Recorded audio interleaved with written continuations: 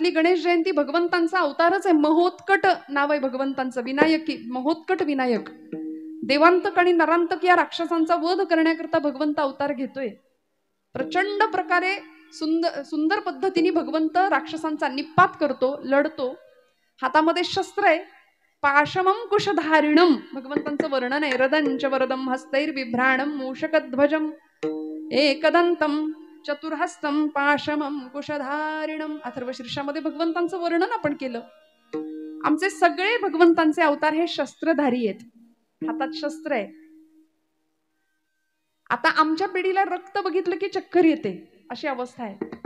पण भगवंतांनी शस्त्र हातात घेतलं, दुर्जनांचा निपात केला, साधूंचं रक्षण केलं, धर्माची पुनर्संस्थापना केली आणि खऱ्या अर्थी भक्तीचा, नामाचा प्रचार आणि प्रसार आयुष्यभर ही मंडळी करत राहिली. तुम्हाला मला भरकटलेल्या समाजाला एक सुंदर पथप्रदर्शन केलं. तेणेची पंथे चालो जाता न पडेची गुंता कोठे काही. डोळे झाकून जरी या मार्गावरून आम्ही चाललो ना तरी आमच्या ध्येयापर्यंत आम्ही पोहोचणार. नको ते विकल्प आमच्या मनात येणार नाहीत. आले ना हो, अनेकांच्या मनात अनेक संभ्रम आले, अनेक शंका आल्या. ज्ञानोबा म्हणे एक नाही 4 ज्ञानोबराय असले पाहिजेत. ज्ञानेश्वरी लिहिणारे ज्ञानेश्वर वेगळे, रेड्यामुखी वेद बोलवणारे, भिंत चालवणारे ज्ञानोबराय वेगळे, समाधी घेणारे ज्ञानोबराय वेगळे, अमृतानुभव सांगणारे ज्ञानोबराय वेगळेच.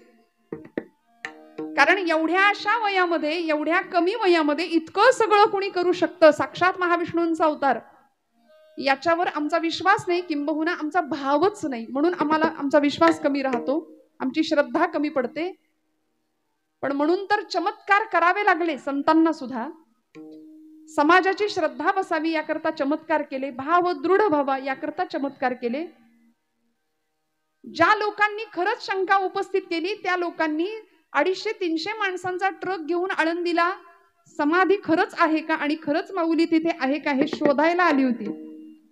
कोण आली होती हे सगळं आपल्याला माहिती आहे. सोनोपंत मामा दांडेकर म्हणाले माऊली बघून घेतील, काही हरकत नाही, करू दे, त्यांना काय करायचं ते करू दे. फॉरेनची सुद्धा काही मंडळी त्या शोध प्रक्रियेमध्ये होते. अंधश्रद्धा निर्मूलन समितीची माणसं आली. समाधीपासून काही अंतरावर मीटर लावले गेले. बराच वेळ परीक्षण चाललं होतं. सगळ्या विज्ञानाचा कस लावला, सगळ्या परीक्षा चाचण्या घेतल्या. पण असा एक दैवी अनुभूतीचा चमत्कार, साक्षात्कार प्रत्ययाला यावा की 3ही मीटरवरचे काटे हलत होते, रीडिंग देत होते आणि उत्तर मिळत होतं की आतमध्ये काहीतरी आहे, आतमध्ये काहीतरी चैतन्य शक्ती आहे, आतमध्ये काहीतरी स्पंदन आहेत. आणि हे जेव्हा कळलं तेव्हा डोळे खाडकन उघडले. आणि आजही मग आम्हाला कळतं, आमच्या वारीमध्ये फॉरेनर्स जास्त असतात, येतात. त्या 250-300 माणसातली कितीतरी मंडळी फॉरेनर्स होती की जी आमच्या देवदेवतांविषयी शंका घेतात, आमच्या धर्माविषयी शंका घेतात. आणि आजही अशी मंडळी आमच्याच हिंदू धर्मामध्ये भरपूर आहेत. का? याचं उत्तर असं आहे की आमच्याकडे भावाचा अभाव आहे. भावच नाही, संवेदनाच नाही. कुठे गेल्या सगळ्या संवेदना? संतांची भूमी आहे, ज्या भूमीमध्ये माझ्या ज्ञानोबा माऊलींनी विश्व माऊली म्हणून त्या एवढ्याशा लेकराला जगाने दर्जा दिला. आणि ज्ञानोबारायांनी सगळ्या विश्वाचा अर्थ स्वतःच्या हृदयात सामावून घेतलं. विश्वाचे अर्थ माझ्या मनी प्रकाशले, अवघेची जहले देह ब्रह्म. सगळ्या जगाचं दुःख सोसलं, घेतलं. जगाने दिलेली सगळी निंदा पचवली, विष पचवलं आणि अमृताची चूळ भरली 12व्या शतकात. भाव ओळखला. म्हणून तर माऊलींच्या ज्ञानेश्वरीचं नाव सुद्धा भावार्थ दीपिका असं आहे. भगवद्गीतेवरती टीका फक्त माऊलींनीच नाही केली, अनेकांनी केली. विनोबा भावेंनी भगवद्गीतेवर टीका केली. आईनी सांगितलं, विनू मला भगवद्गीता सांग रे, समजून कळत नाही. म्हणून आईच्या इच्छेकरता विनोबा भावेंनी भगवद्गीतेवर टीका केली. तिला गीताई असं नाव दिलं. गीताई माऊली माझी, मी बाळ तिचा नेणता, असं विनोबा भावे म्हणायचे. वामन पंडित नावाचे पंत साहित्यात एक कवी होऊन गेले. त्यांनी भगवद्गीतेवरती टीका केली आणि त्याला यथार्थ दीपिका असं नाव दिलं. लोकमान्य टिळकांनी भगवद्गीतेचा अभ्यास करून त्यावर गीता रहस्य नावाचा ग्रंथ लिहिला मंडालेच्या तुरुंगामध्ये. पण वामन पंडितांची यथार्थ दीपिका, त्याचा मुखपृष्ठ आता सुद्धा कुठं बघायला मिळत नाही. पण माऊलींनी हृदयातला भाव जाणला. आणि त्याला नाव दिलं भावार्थ दीपिका. त्याचा परिणाम असा झाला, आज महाराष्ट्र संस्कृतीच्या गाभाऱ्यामध्ये देव्हाऱ्यामध्ये लोकांनी ज्ञानेश्वरीला बसवलं. ज्ञानेश्वरी आमची माय झाली, ज्ञानराज आमच्या आई झाल्या. ज्ञानराज माझी योग्यांची माऊली, ज्ञानराज माझी योग्यांची माऊली, ज्ञानराज माझी योग्यांची माऊली. जेणे निगमावली प्रकट केली, जेणे निगमावली प्रकट केली, गीता नाम ज्ञानेश्वरी, गीता नाम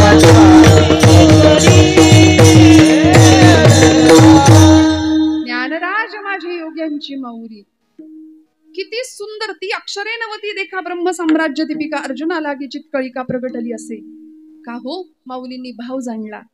तो भाव तुमच्या माझ्या हृदयामध्ये दृढ व्हावा, मुळात निर्माण व्हावा, याकरता तुकोबरायांचं अंतःकरण करचळलं, तळमळलं. आम्ही ज्या ब्रह्मरसाचं पान केलं तो ब्रह्मरस तुम्हाला मिळायला पाहिजे. आणि त्याच्याकरता सुरुवात कुठून होते? भावे विना भक्ती, भक्ती विना मुक्ती, बळे विना शक्ती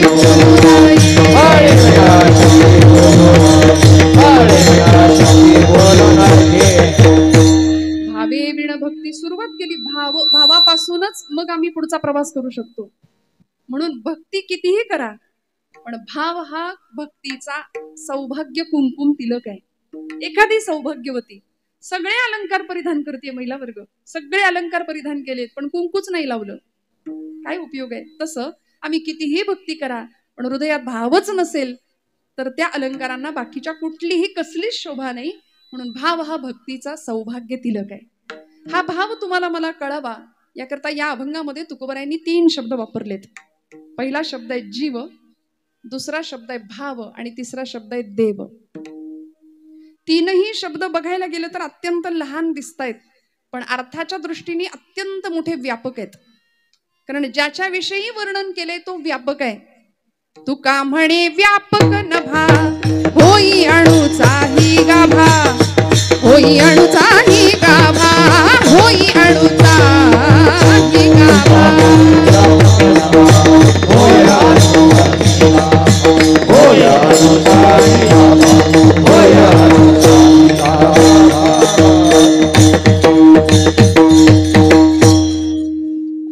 तो किती व्यापक आहे भगवंत. अखिल कोट ब्रह्मांडाचा नायक आम्ही त्याला म्हणतो.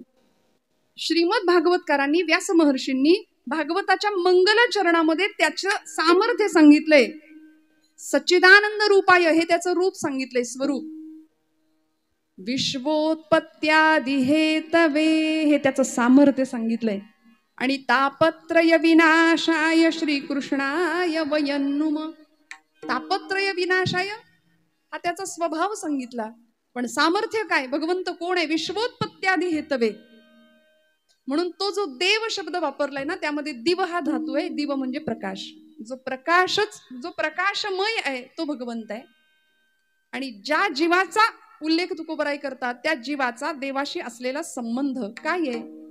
3 प्रकारचे संबंध आहेत जगामध्ये. पहिला संबंध आहे जन्मजात संबंध, जो आईशी लेकराचा असतो, मुलाचा असतो. वेळ आली, प्रसंग आला तर तो संबंधही तुटून जातो म्हणाले. बघा ना, लेकरू मोठं झालं, पंख फुटले, त्याला 4-2 गोष्टी कळायला लागल्या की जो मुलगा आई आई आई करत असतो काही दिवसांनी विचारतही नाही आई वडिलांना. त्यामुळे हा जन्मजात संबंध सुद्धा संपू शकतो. दुसरा संबंध आहे प्रस्थापित संबंध, जो निर्माण केलेला असतो. निर्माण केलेलं नातं, मानलेला भाऊ, मानलेली बहीण, मानलेला मित्र.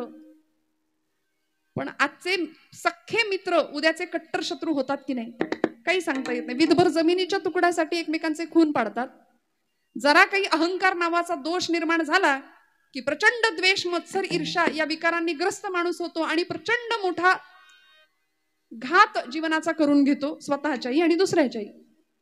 म्हणून प्रस्थापित नातंही काही महत्वाचं नाही, संबंधही महत्वाचा नाही. पण तिसरा संबंध असा आहे की जो गीतेच्या 15व्या अध्यायामध्ये भगवंत सांगतात, ममैवांशो जीवलोके जीवभूत सनातनः मनःषष्ठाणि इंद्रियाणि प्रकृतिस्थानि कर्षति सनातन शब्द वापरला भगवंतांनी.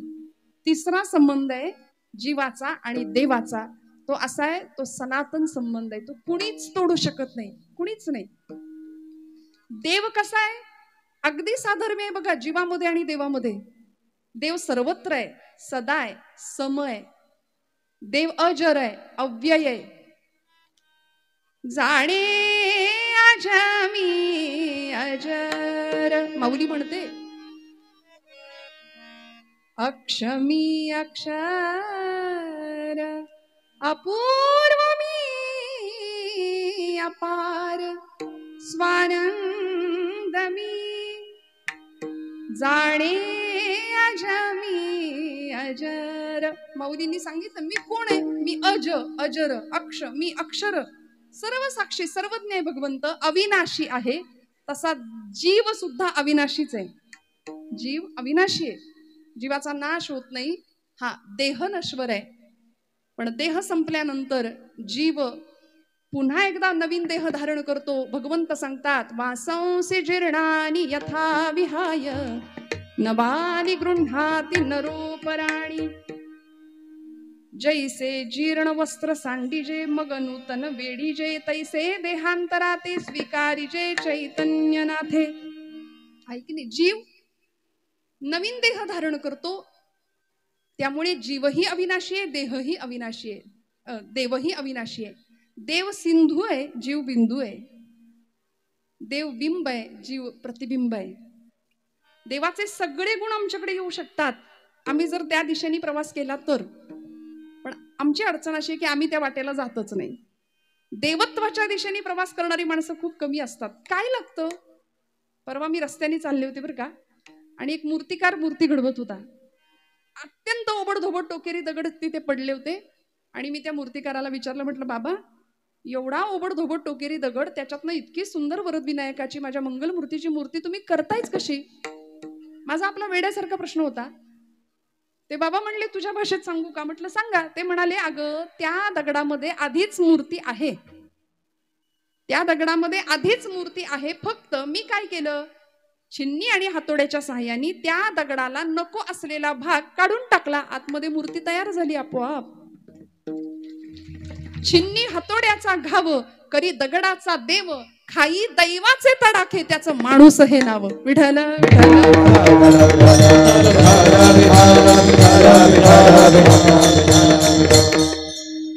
मग मला कळालं, अरे खरं आहे, जीवनातला अनावश्यक भाग आपल्या सुद्धा काढून टाकला. छिन्नी आणि हातोड्याच्या साह्याने जसा दगडाचा भाग काढून टाकला जातो, तसा आमच्याही जीवनामध्ये नको तोच भाग जास्त आहे. अनावश्यक असलेला भाग जर काढून टाकला तर आतमध्ये आम्ही देवत्वच आहेत ना. मग परिणाम काय होतो? तुका म्हणे देह भरिला विठ्ठले, काम क्रोधे केले घर रीते. सगळं घर मोकळं करावं लागेल, स्वच्छ गाभारा करावा लागेल हृदयाचा, तेव्हा भगवंत येऊन तिथे स्थापन होईल, स्थित होईल, अधिष्ठित होईल. त्यामुळे हा जीव त्या देवाच्या दिशेने प्रवास करायला उद्युक्त झाला पाहिजे. आणि मग जीवाचं आणि देवाचं नातं असं असलं पाहिजे की या जीवाला त्या देवाशिवाय चैनच नाही पडलं पाहिजे. हे तुकोबरायांचं म्हणणं आहे. कसं नातं असलं पाहिजे? अभंगाच्या शेवटच्या चरणामध्ये एक उदाहरण देतात तुकोबराय. आहे तान्हुल्याची चिंता, आई लेकराची काळजी कशी घेते.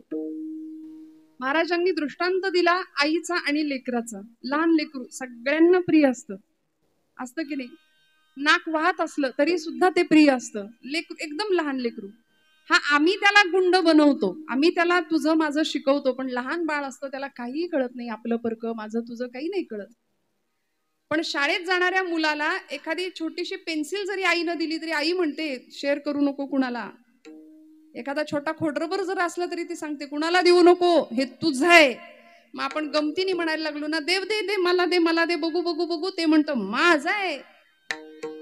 आणि हे माझे पण इतकं भिंत रखतात की हळूहळू हळूहळू मोठा झाल्यावर सुद्धा अशा आम्ही बांधावर उभं राहतो आणि तो डोंगर ते झाड दाखवतो येणाऱ्या पाहुण्याला आणि म्हणतो तो डोंगर दिसतोय तिथपर्यंत सगळं माझं आहे. हे माझं इतकी माझेपणाची सवय लागते. ती धरणी माता आपल्यावर हसते. ती म्हणते बाई ग, याचा पणजा सुद्धा हेच म्हणायचा, याचा आजा सुद्धा हेच म्हणायचा, हे माझं आहे माझं आहे. आजा गेला पणजा गेला, सगळेच त्या मार्गाने चालले तरी सुद्धा याचे डोळे उघडत नाही. हे माझं ते माझं ते माझं करता करता. लहान मूल खूप निरागस असतं. त्याला तो भेद आम्ही शिकवतो. पण लहान मूल सगळ्यांना जसं प्रिय असतं ना, पण ते त्याच्या आईला जास्त प्रिय असतं. पण मुलाचं आणि आईचं नातं सुद्धा कुठपर्यंत आहे, थोडेसे पंख फुटले की मग तेच मूल आईला विचारतं, काय केलं माझ्यासाठी. स्वामी विवेकानंदांनी सुद्धा चटकपटक बोलण्याचा त्यांच्या चरित्रात त्यांनी उल्लेख केलाय की आम्ही मोठे झालो आणि 16-17 वर्षाचं वय लागलं, थोडासा जरा बाहेरचा वारा लागला, पंख फुटले की आताची ही मुलं प्रश्न विचारतात बघा आई वडिलांना, तुम्ही आमच्याकरता काय केलं. सगळं करा त्यांच्याकरता, पण तरीही हा प्रश्न विचारणार. म्हणून ब्रह्मचैतन्य गोंदवलेकर महाराज फार सुंदर सांगतात, बाबा रे, प्रपंचासाठी कितीही करा, कुणीच म्हणणार नाही केलं म्हणून. महिला वर्ग म्हणतं का कुणी? रांधा वाडा उष्टी काढा, सगळ्यांचं सगळं करा, कुणी म्हणतं का केलं? नाही. महाराज म्हणतात, माझ्या रामा करता एवढंस करा, माझ्या मंगलमूर्ती करता एवढंस करा. देव लक्षात ठेवतो. प्रपंच लक्षात नाही ठेवत, पण परमेश्वर लक्षात ठेवेल. त्यामुळे या मुलाचं आणि या आईचं नातं सुद्धा फार काळ टिकत नाही. थोडा मोठा झाला की संपतं. स्वामीजी म्हणायचे, आम्ही आमच्या आई वडिलांना प्रश्न विचारला होता, मी माझ्या वडिलांना प्रश्न विचारला, बाबा तुम्ही माझ्यासाठी काय केलं. आणि आई वडील कसे असतात बघा, महापुरुष का घडले. ज्या महापुरुषांनी आईवर प्रेम केलं ना, ती माणसं घडली. ज्या महापुरुषांनी आई वेडी माणसं होती ना, तीच माणसं घडली, त्यांनीच इतिहास घडवला.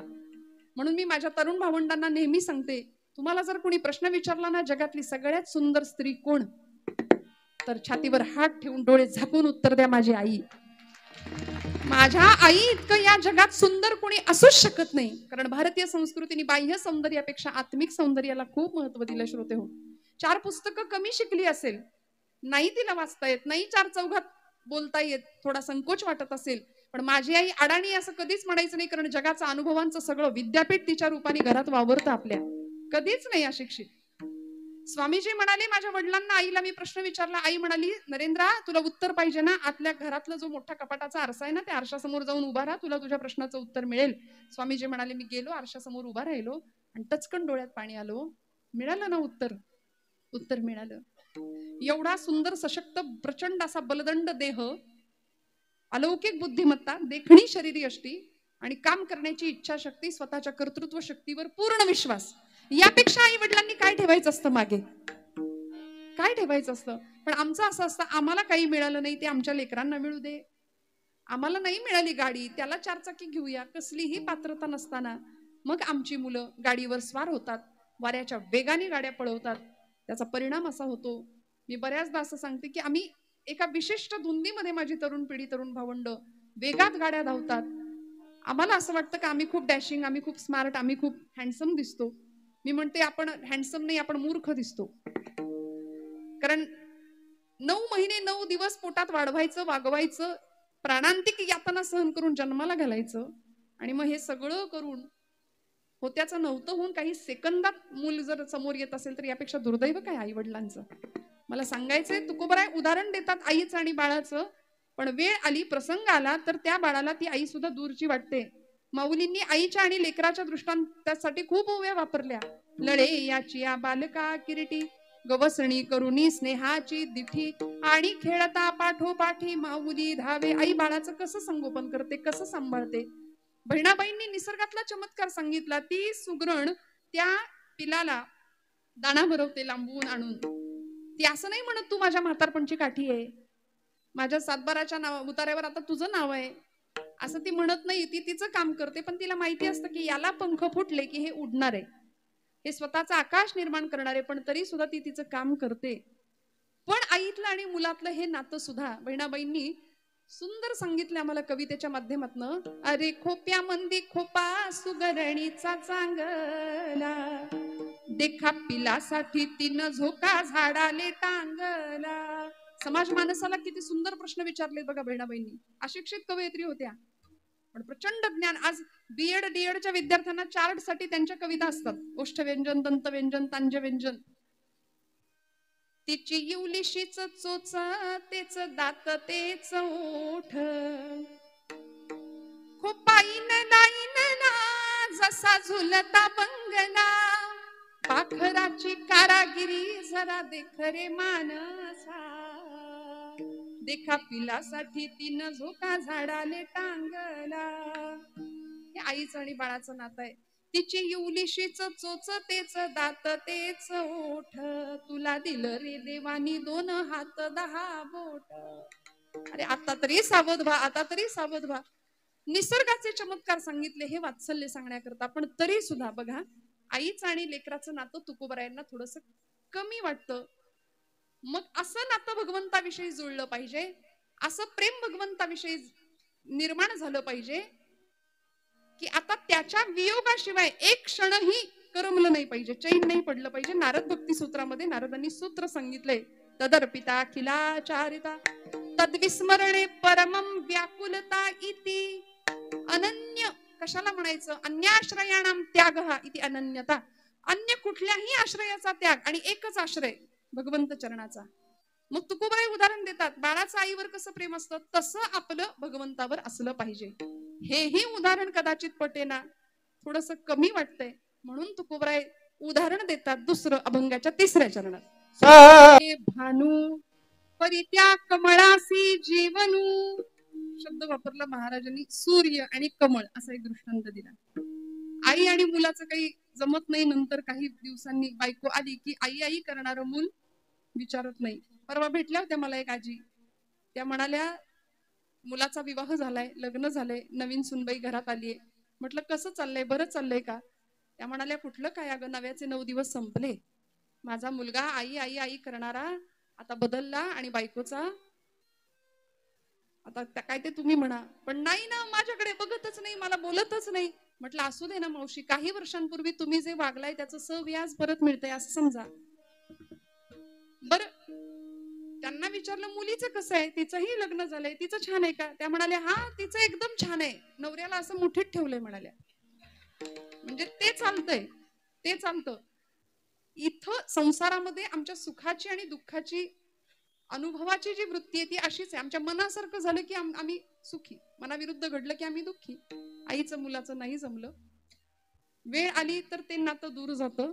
म्हणून तुकोबराय असं एक उदाहरण ठेवतात की आता कमळ पंकज, संस्कृतामध्ये कमळाला पंकज म्हणतात. पंक म्हणजे चिखल, ज म्हणजे जन्माला येणार, चिखलात जन्माला येणार ते पंकज. ते जगत नाही सूर्याशिवाय. ते नातं इतकं अतूट आहे. निसर्गाचा नियम आहे, सूर्योदयाला कमळाचं फूल उघडतं आणि सूर्यास्ताला कमळाचं फूल मिटून जातं, त्या पाकळ्या मिटतात. रात्रभर ते कोमेजलेल्याच अवस्थेत राहतं, मिटलेल्या पाकळ्या. पुन्हा सूर्योदय झाला की कमळ फुलतं. सृष्टीतला सगळ्यात मोठा उत्सव आहे सूर्योदय आणि सूर्यास्त. उगवणं किती छान असावं, मावळणं किती छान असावं हे सांगणारा सूर्य. आचार्य जगद्गुरु शंकराचार्यांना विचारलं होतं, देव पंचायतनामध्ये पंचायतन पूजेमध्ये सगळ्यात प्रत्यक्ष जिचं दर्शन होऊ शकतं अशी देवता कुठली? तर ती सूर्य आहे. रोज सकाळी उठल्याबरोबर सूर्यनारायणाकडे आपण पाहतो की नाही? आता हो म्हणा, कारण तुम्ही माझ्यापेक्षा मोठी माणसं आहात, पण आमच्या वयाची, आमच्यापेक्षा लहान मंडळी आम्ही सूर्यवंशी. बर कीर्तनकार हे तर निशाचर प्राण्यामध्येच मोडतायत. आता रात्रभर प्रवास केल्यानंतर सूर्यदर्शन कधी बघायचं नाही का? तो सूर्य कधी दिसतो? ब्रह्ममुहूर्तावर उठणारी जुनी माणसं आमची, रोज तुळशीला पाणी घालणारी एखादी सौभाग्यवती गृहिणी आमची, नाही का? त्यांना ते सूर्यदर्शन. मग तो सूर्य बघितल्या बघितल्या नमस्कार आहे जपा कुसुम शंकाशम, भगवंताचं वर्णन आहे. त्या दिनकराला नमस्कार आहे. ओम मित्राय नमः, ओम सूर्याय नमः. सृष्टीतला सगळ्यात मोठा उत्सव आहे तो. बरं, डी विटॅमिन मिळतं, डॉक्टर सांगतात आम्हाला, सगळं मिळतं. संतांनी तोच सूर्योदय पाहिला आणि भगवंतांना सुद्धा उठवलं. काकडा गायला, उठा जागे भारे आता हरी हरी म्हणावा, जमीन का प्रभाते मुनी रामचिंतित जावा. पूर्वीचा काळ होता, उठल्याबरोबर हात जोडले जायचे. कराग्रे वसते लक्ष्मी, कर मध्ये सरस्वती, कर मुले तू गोविंदम. आता तो काळ गेला, आताची मुलं यातलं काही म्हणत नाही, काही जमतच नाही त्यांना. सांगणारे कोणी नाही म्हणून माऊलींना सांगावं लागलं, येत वडील जे जे करीती दया नाम धर्म ठेवीती. मोठ्या माणसांचं अनुकरण लहान मंडळी करतील. वडीलच जर रोज पानपट्टीवर जात असतील तर मुलगा दुसरं काही करणार नाही, काही नाही करणार. खूप मोठं संस्कारांचं केंद्र घराघरात उघडलं जावं, धर्माचं शिक्षण दिलं जावं, ही संतांची अपेक्षा आहे. उदाहरण दिलं सूर्याचं. सूर्य उगवल्याबरोबर सृष्टीमध्ये एक मोठा आशेचा किरण उगवतो. त्या सूर्यावरती त्या कमळाचं जीवन अवलंबून आहे. किंबहुना माऊली म्हणते त्या कमळासाठीच की काय सूर्यनारायण उगवतो जणू. सूर्याचं आणि कमळाचं नातं अतूट आहे, घट्ट आहे. पण 12 तास कमळ सूर्यामध्ये आहे, सूर्याच्या प्रकाशामध्ये 12 तास सूर्याशिवाय मिटून कोमेजलेल्या अवस्थेत राहतं, पण राहतं, मरत नाही, राहतं. म्हणून तुकोबरायांना कदाचित हाही दृष्टांत कमी वाटला की काय. म्हणजे आई आणि मुलाचा दृष्टांत बाजूला ठेवावा, कमळाचा आणि सूर्याचा दृष्टांत सुद्धा तुकोबराय बाजूला ठेवतात. पण असा एक दृष्टांत महाराज देतात की जिथे इतकी अतुटता आहे. आता 12 तास काय, एक क्षण सुद्धा नाही तरी गायसे करी, काय किती करायचं. या 8 प्रहरा माझारी मोठके निमिष भरी दे तुझाच माऊली म्हणते ना, तो निमिष द्या असं संत आम्हाला सांगतात. पण तरी सुद्धा एक क्षण सुद्धा भगवंताच्या विषयी करमलं नाही पाहिजे. इतकी व्याकुळता, इतकी आर्तता. नवे तुझा आणि माझा जर वियोग झाला ना तर मी त्या क्षणी तडफडून मरेन देवा, ही अवस्था अभंगाच्या प्रथम चरणात तुकोबराय सांगतात. जीवना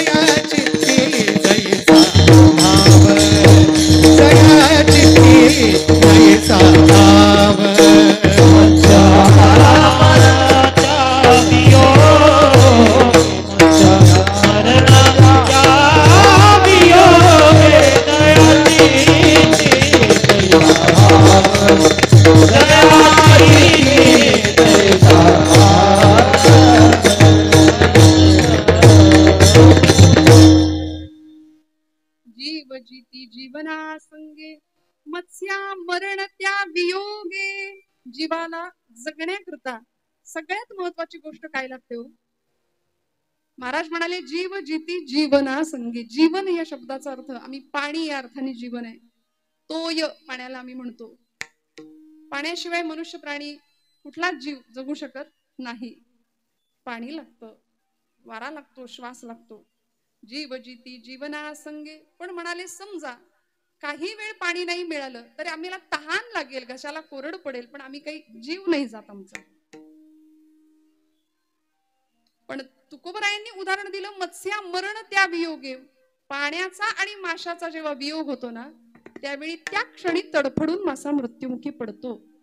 महाराजांनी हे 100% उदाहरण मान्य केलं आणि पहिल्या चरणामध्ये त्याला प्रतिष्ठित केलं त्या उदाहरणाला की माशाचा आणि पाण्याचा वियोग झाल्यानंतर मासा जसा तडफडतो ना तसं देवा माझं तडफडणं तुझ्याकरता आहे. एक भक्त भगवंतासाठी तसा तडफडला पाहिजे, ती आर्तता पाहिजे.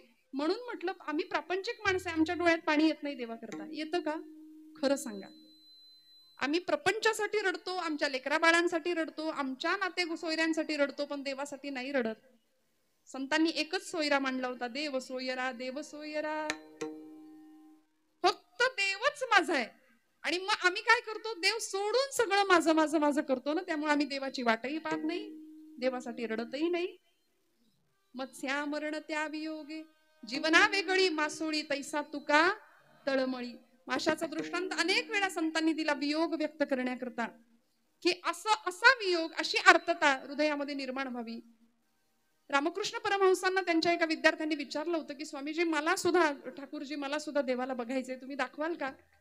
रामकृष्ण परमहंस म्हणाले चल दाखवतो. कलकत्त्याला गंगेचा प्रवाह आहे, तिथे घेऊन गेले.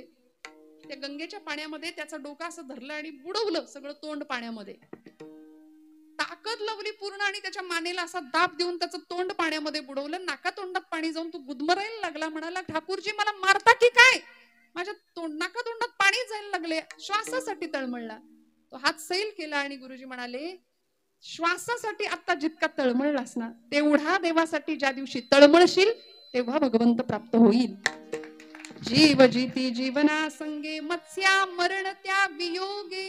नामदेव महाराज सांगतात की देवा तुझ्या चरणांचा वियोग जरी मला सहन झाला ना तरी मी त्या क्षणी मरेन. हे प्रेम होतं नामदेव महाराजांचं भगवंतांशी. आणि म्हणून तर किती आसुवे दाटाली वाट किती बघावी भगवंतांची. उभारोनी बाहे आसुवे दाटाली उभारोनी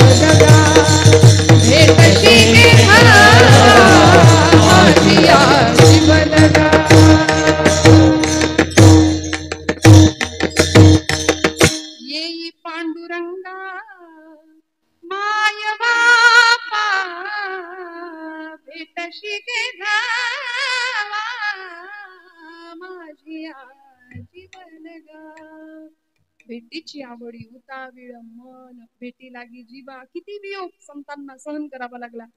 महाराजांनी रूपक दिलं, उदाहरण दिलं आम्हाला या संदर्भात की असा वियोग भगवंतांचा आम्हाला सहन होत नाही. कसा आम्ही आमची तळमळ होते.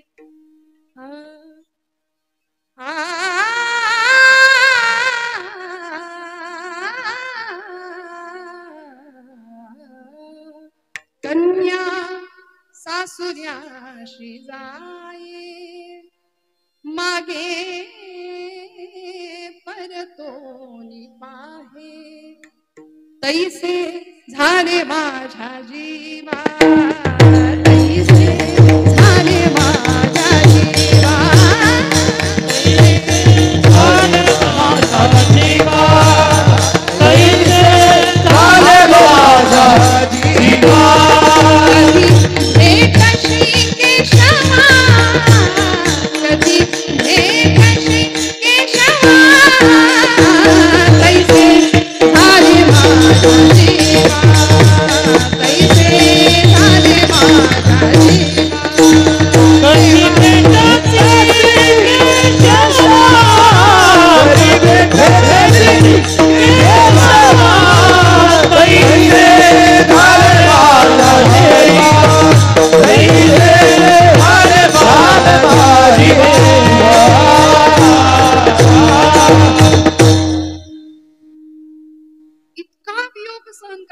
संतांना क्षणभर सुद्धा परमेश्वराशिवाय करमत नव्हतं. कारण एकमेव भगवंतच होता प्रपंचात.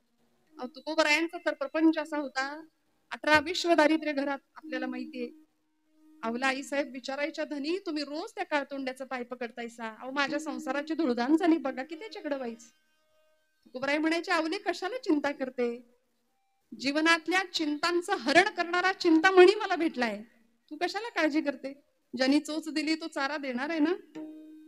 प्रपंचाला बाजूला सारावं आणि 15-15 दिवस बाहेर पडायचे. का? कारण जीवाचा आणि देवाचा संबंध कळाला होता. मी त्याचा आहे आणि तो माझा आहे एवढाच संबंध खरा होता. बाकीचं सगळं खोटं आहे.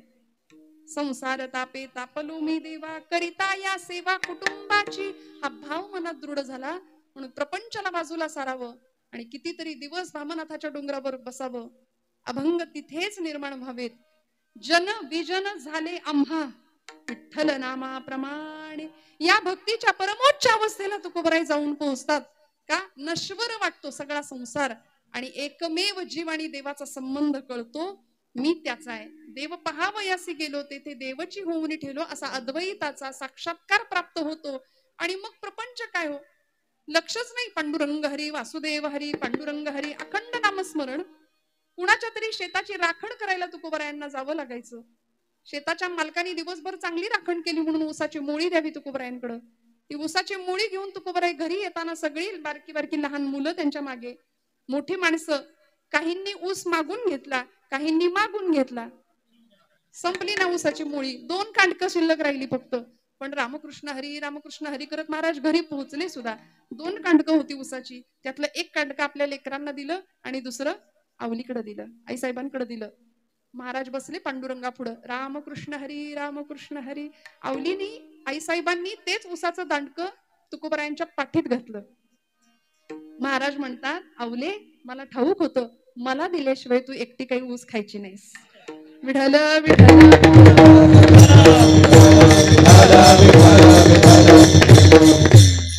हा प्रपंच होता तुकोबरायांचा. अहो 12 वर्ष पडलेला दुष्काळ, प्रचंड दरिद्र अवस्था, 14 पोती कर्ज खत इंद्रायणीच्या डोहात बुडवून टाकली. सगळं दिलं लोकांना, सगळं दिलं. आणि सकाळची वेळ, आवला आई साहेब, जिजाई आई साहेब मोरीमध्ये स्नान करतायत. तुकोबराय आहेत. दारामध्ये एक अत्यंत जख्ख अशी म्हातारी वृद्धा दिसली तुकोबरायांना. कितीतरी ठिकाणी ते लुगडं फाटलेलं दिसलं तिच्या अंगावरचं.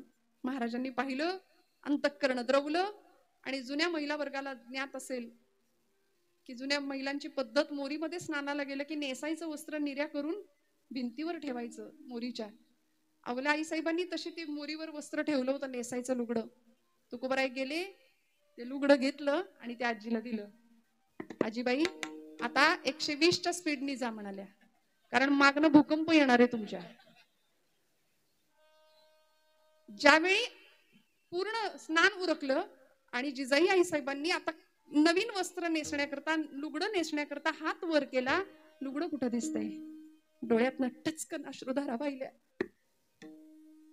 तुकोबरायांचा राग नाही आला, तुकोबरायांचा राग नाही आला. माझा नवरा असाच आहे माहिती होतं जिजाई आई साहेबांना. धनी असेच आहेत, कारण पतिदेवाच्या माध्यमातून विश्वदेवाचीच उपासना एक प्रकारे चालली होती. तुकोबरायांना खूप सांभाळत होत्या, म्हणून परमेश्वराची जबाबदारी होती की माझ्या भक्ताचा सांभाळ करते ना, मग मी तुझा सांभाळ करणार. म्हणून तर पायात गेलेला काटा भगवंतांनी दातानी काढलाय. देवईची रजचरणीची माती. इतकं प्रेम करावं आवलीवरती, जिजाई आई साहेबांवरती. आई साहेबांना वस्त्र हाताला नाही लागलं, डोळ्यात खळकन अश्रुधारा वाहिल्या आणि भगवंताला सांगितलं, काय रे उपयोग, रात्रंदिवस तुझ्या नामाचा टाहो पडतो माझा पती, आणि मग आमच्यावर ही अवस्था. वस्त्र दिलं त्याचं दुःख नाही, आता अब्रू कशाने झाकू सांग. आणि महिपत बुवा सांगतात, या प्रसंगामध्ये भगवंतांनी स्वतःच्या अंगावरचा पितांबर आवलीला लाज झाकण्याकरता दिलाय. तुकोबराय सांगतात, आवले कशाला चिंता करती ग? आवले कशाला चिंता करतेस, काळजी करू नकोस. नको चिंता करू वस्त्रा या पोटाची, नको चिंता करू वस्त्रा या पोटाची, नको चिंता करू वस्त्रा या पोटाची, नको चिंता करू वस्त्रा या पोटाची,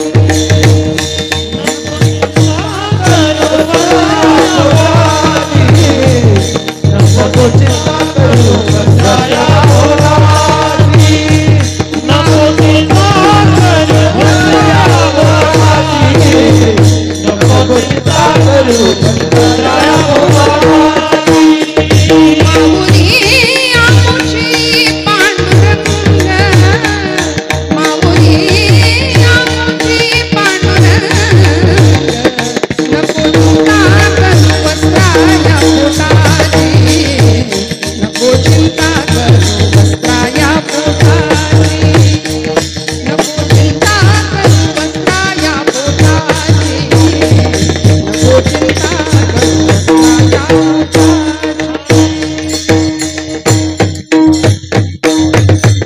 आवले कशाला काळजी करते का हो? भाव दृढ होता, कारण निष्काम निश्चळी विठ्ठली विश्वास, पाहो नये वास आणिकांची. आता गरजच नाही ना, तो आमचा आहे. हा भाव दृढ झाला, त्याचा वियोग सहन होत नव्हता.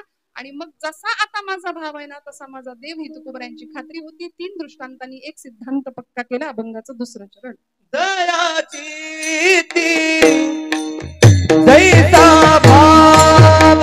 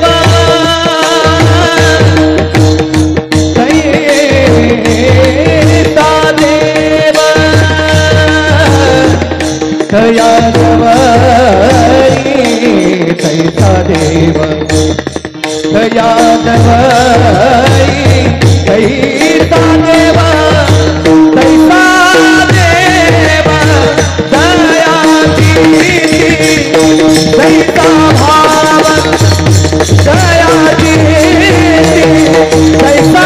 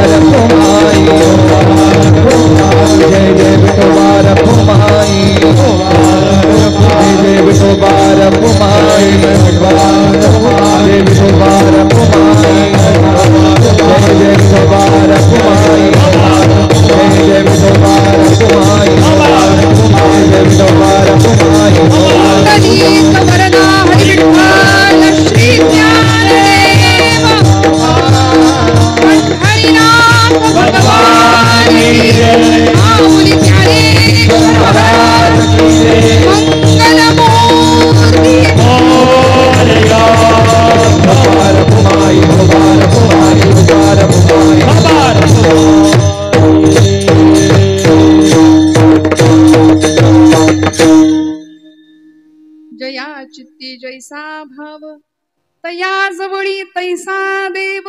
समर्थ मनोबोधामध्ये म्हणाले, असे हो जया अंतरी भाव जैसा, वसे हो तया अंतरी देव तैसा.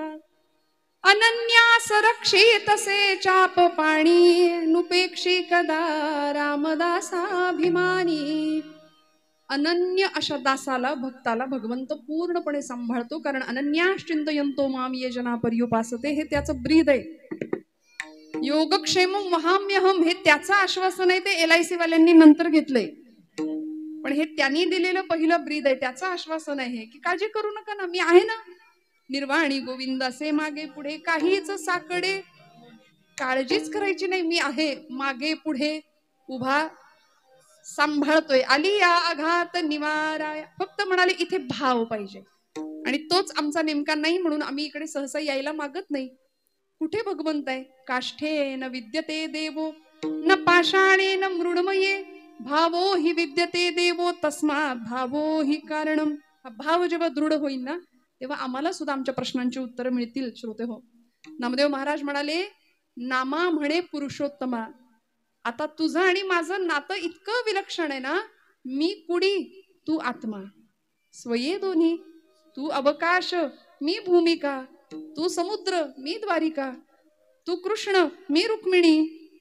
इतकं सुंदर अद्वैताचं नातं जोडलं गेलं, आणि तो जीवाचा शिवाचा संबंध कळून आला.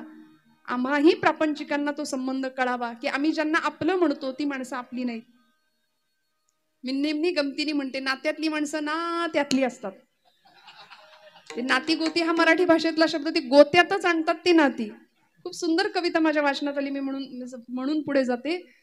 बघा ना, कन्या स्नुषान रूपांची प्रत्यक्ष राम भार्या, पिचली क्षणा क्षणाला कारुण्य रूपी सीता.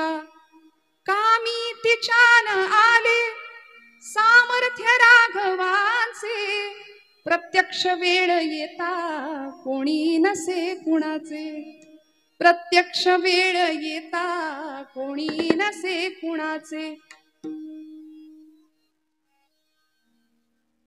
सोडून सूर्यपुत्रा कुंती पुन्हा कुमारी, कर्णास अनुज माता सारेच जन्म वैरी. कौतुक का करावे त्या रक्तबंधनांचे, प्रत्यक्ष वेळ येता कोणी नसे कुणाचे. केली द्युतात उभी साक्षात कृष्ण भगिनी, सम्राट पांडवांची रानावनात राणी. पती 5 देव बंधू तरी भोग हे तियेचे, प्रत्यक्ष वेळ येता कोणी नसे कुणाचे. ठेवू नको अपेक्षा असल्या जगाकडूनी. आमच्या सगळ्या दुःखाचं कारण आहे अपेक्षा. ठेवू नको अपेक्षा असल्या जगाकडूनी, निरपेक्ष आचरी तू कर्तव्य प्रेम दोन्ही. मग चालू दे सुखाने, मग चालू दे सुखाने अवघेरणे जगाचे. प्रत्यक्ष वेळ येता कोणी नसे कुणाचे. प्रत्यक्ष वेळ येता कोणी नसे कुणाचे. ही इथल्या संसाराची नश्वरता आहे. म्हणून खरा आनंद जो संतांना गवसला तो आम्हाला मिळावा. आमचा भाव दृढ राहावा. आमच्याकडे भावाचाच अभाव आहे. आम्हाला भाव माहितीये, आम्ही जो खातो भाव तो आम्हाला माहितीये. आम्ही म्हणतो ना खूप भाव खातोय. बाजार भाव आम्हाला माहितीये, सोन्याचा भाव आम्हाला माहितीये, रोज लक्ष असतं आमच्या महिला वर्गाचं. पण खरा भाव जो भक्तीचा अलंकार आहे तो भगवंताच्या प्रती वाहता यावा, तरच त्या पाषाणातलं सुद्धा चैतन्य भावाने जागृत होऊ शकतं. मंगलमूर्तींची वरदविनायकाची फक्त मूर्ती असं न मानता तिथं वरदविनायकांचं चैतन्य जे आहे, हे ज्यावेळी आम्ही जाणून घेऊ त्यावेळी आम्हाला भगवंताची प्रचिती आल्याशिवाय राहणार नाही. आणि तो भाव फक्त देवाच्या मूर्तीसाठी का नव्हे, तो भाव देशासाठी, तो भाव धर्मासाठी आमचा प्रेरित झाला पाहिजे. सावरकर म्हणायचे, देहाकडून देवाकडे जाताना मध्ये देश लागतो आणि त्या देशाला मी काहीतरी देणं लागतो. मग आमचं देणं देवासाठी, देशासाठी आणि धर्मासाठी असावं. संवेदनशीलतेने आम्ही वर्तन करावं. माता ते माती हा आमच्या जीवनाचा प्रवास आहे. आईच्या उदरामध्ये जन्म होतो, ती नाळ जोडलेली असते, पण तिथून झालेला प्रवास मातीपर्यंत जाऊन पोहोचतो. म्हणून मातेलाही आणि मातीलाही कधीही न विसरता आम्ही कुणाचे वंशज आहोत याचं सतत स्मरण राहावं. श्रोते हो, आज सीबीएसई बोर्ड असू दे, कॉन्व्हेंट असू दे किंवा एसएससी बोर्ड असू दे, काही असू दे, कुठल्याही अभ्यासक्रमामध्ये इंग्रजी शिक्षणाचा इतका प्रभाव आहे. तो लॉर्ड मेकॉले नावाचा इंग्रजी शिक्षण तज्ञ भारतात आला आणि त्यांनी सगळं वाटोळं केलं आमच्या शिक्षण पद्धतीचं. इथे गुरुकुल पद्धत होती, ती बंद करून इंग्रजी तत्ववेत्यांची विचारधारा आणि शिक्षण पद्धती इथे भारतीयांवर लादली गेली. त्याचा परिणाम असा झाला, आमचा राष्ट्राभिमान आम्ही विसरलो, आमचा धर्माभिमान आम्ही विसरलो, आमच्या महापुरुषांविषयीची कृतज्ञता व्यक्त करणं आम्ही विसरून गेलो, परक्यांचेच गोडवे गायला लागलो. आता काही दिवसांनी पुढच्या फेब्रुवारी महिन्यामध्ये एक मोठा सण येणार आहे 14 फेब्रुवारीला. तो महापूरच येतो आमच्याकडे प्रेमाचा. 31 डिसेंबरला मोठा सण आम्ही साजरा केला नाही का. अहो, हे याचंच द्योतक आहे की आम्ही अनेक नको ते अनुकरण करायला लागलो आणि आमची श्रीमंती, आमचं वैभव आम्ही विसरतो. पण ज्यांना या वैभवाची जाणीव असते त्यांची पावलं या इतक्या सुंदर स्वरूपामध्ये इथे येतात आणि इतका सुंदर जागर भक्तीचा वरदविनायकाच्या या भूमीमध्ये साजरा होताना आपण सगळे पाहतोय. श्रोते हो, आजच्या पुढच्या पिढीला आम्हाला सांगावं लागेल की बाबा रे, तू शाळेत जरी शिकत असलास ना तरी माणसाचा जन्म माकडा काय, ते उत्क्रांती माकडापासून झाली. हा डार्विनचा उत्क्रांतीवादाचा सिद्धांत पोरं आमच्या शाळेत शिकतात. काय शाळेत पाठ्यपुस्तकात आहे? माणसाची उत्क्रांती माकडापासून मानवाची उत्क्रांती झाली असं डार्विन आम्हाला सांगून गेला म्हणे. अहो नाही हो, मी हात जोडून सांगते, शाळेत पोरांना काही शिकू दे, पण आम्ही आमच्या पूर्वजांची आठवण करून दिली पाहिजे. श्रीमद भागवत महापुराण ग्रंथामध्ये कधीतरी वाचूया, कधीतरी सांगूया लेकरांना की बाबा रे, आपले पूर्वज कोण होते. इथं चंद्रवंश आणि सूर्यवंश या भूमीमध्ये होते. चंद्रवंशामध्ये गोपालकृष्ण जन्माला आले, सूर्यवंशामध्ये प्रभू मर्यादा पुरुषोत्तम प्रभू रामचंद्र जन्माला आले. याच चंद्रवंशाचा पुढे यदुवंश झाला, याच यादवांचे पुढे जाधव झाले.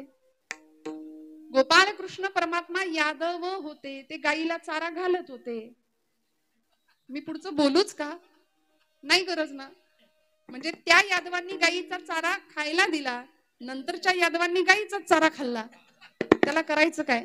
पण गोपालकृष्ण परमात्मा हे यदुवंश आहे, यादव, यादवांचे जाधव. इकडे सूर्यवंशीयांमध्ये प्रभू रामचंद्र जन्माला आले आणि त्याच सूर्यवंशामध्ये पुढे भोसले घराणं या महाराष्ट्राच्या भूमीमध्ये, भोसल्यांच्या कुळामध्ये वेरूळच्या कृष्णेश्वराच्या कृपाशीर्वादाने मालोजीराजे भोसले यांचा जन्म, त्यांच्या पोटी शहाजीराजांचा जन्म होतो. इकडे जाधवांच्या घराण्यामध्ये सिंदखेड राजाच्या लखोजीराजे जाधवांच्या पोटी असं एक कन्यारत्न जन्माला येतं. या महाराष्ट्राची राजमाता आऊसाहेब राष्ट्रमाता जिजाऊ माऊलींचा जन्म होतो.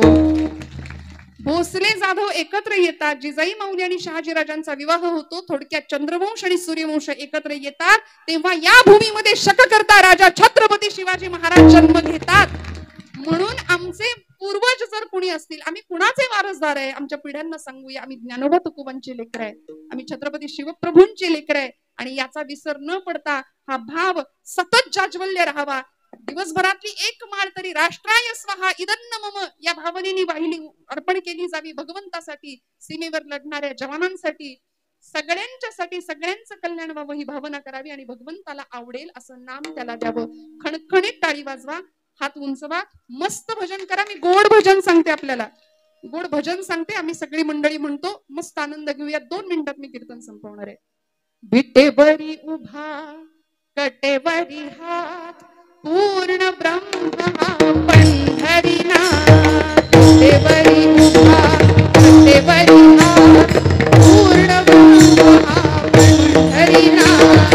विटेवरी उभा कटेवरी हात, विटेवरी उभा कटेवरी हात,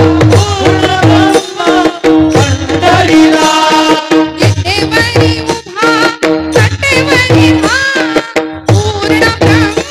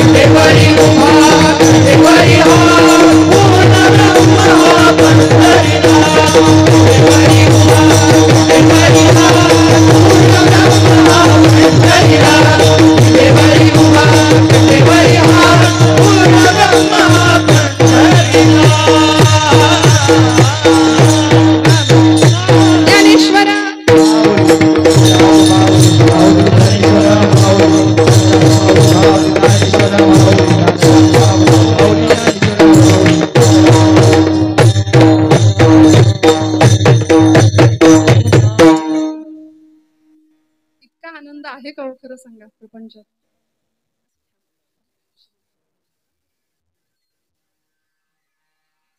विठाल विठाल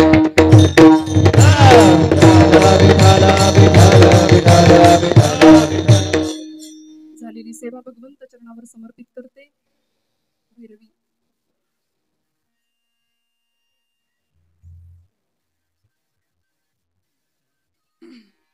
तुका म्हणे माता, तुका म्हणे माता, तुका म्हणे माता,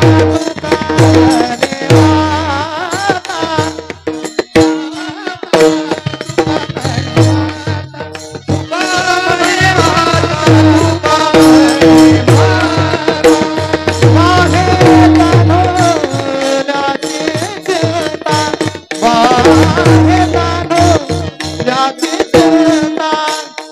दया देते कैसा भाव, दया देते कैसा भाव,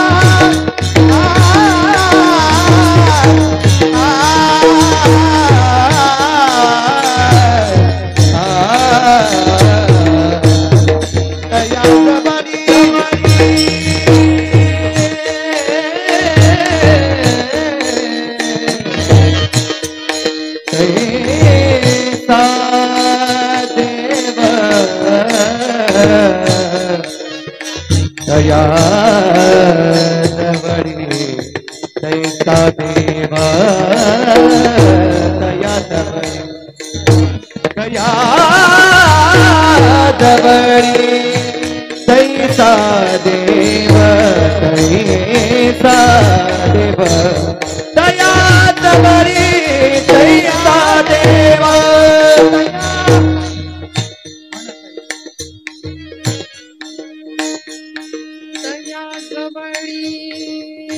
कैसा देव, दया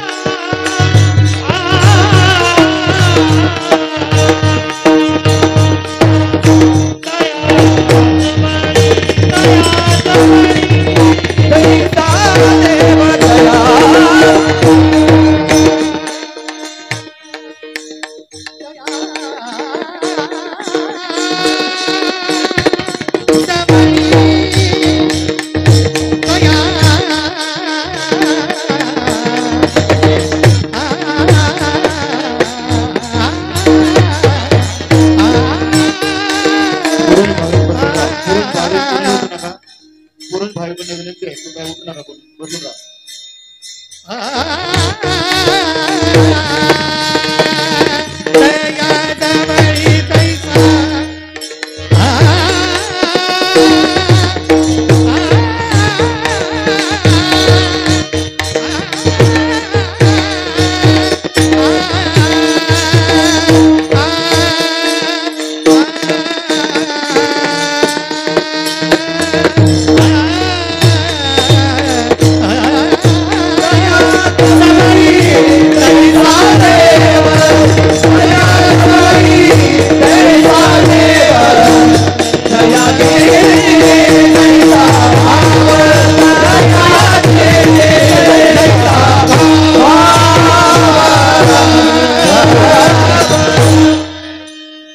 झालेली सेवा भगवंत चरणावर समर्पित करते. बोलत असताना काही वेडवाकडं गेलं असेल तर मोठ्या अंतकरणाने क्षमा करा. सर्व मंडळी माझ्या पितृतुल्य, मातृतुल्य, बंधुतुल्य, भगिनीतुल्य सगळ्यांच्या चरणारविंदी कृतज्ञतापूर्वक वंदन. परम आदरणीय बाबांच्या चरणी साष्टांग प्रणिपात. आदरणीय मंडलिक महाराजांनी कीर्तन सेवेची संधी दिली, आपल्या सगळ्यांच्या दर्शनाचा भाग्ययोग माझ्या वाट्याला आणून दिला. मनापासून सर्वांच्याच कृतज्ञतेत राहते. सगळ्यांच्या नावाचा उल्लेख करणं शक्य नाही, त्यामुळे सगळ्यांनाच एकत्र नमस्कार करून सेवेला विराम देते. विठ्ठल जय जय.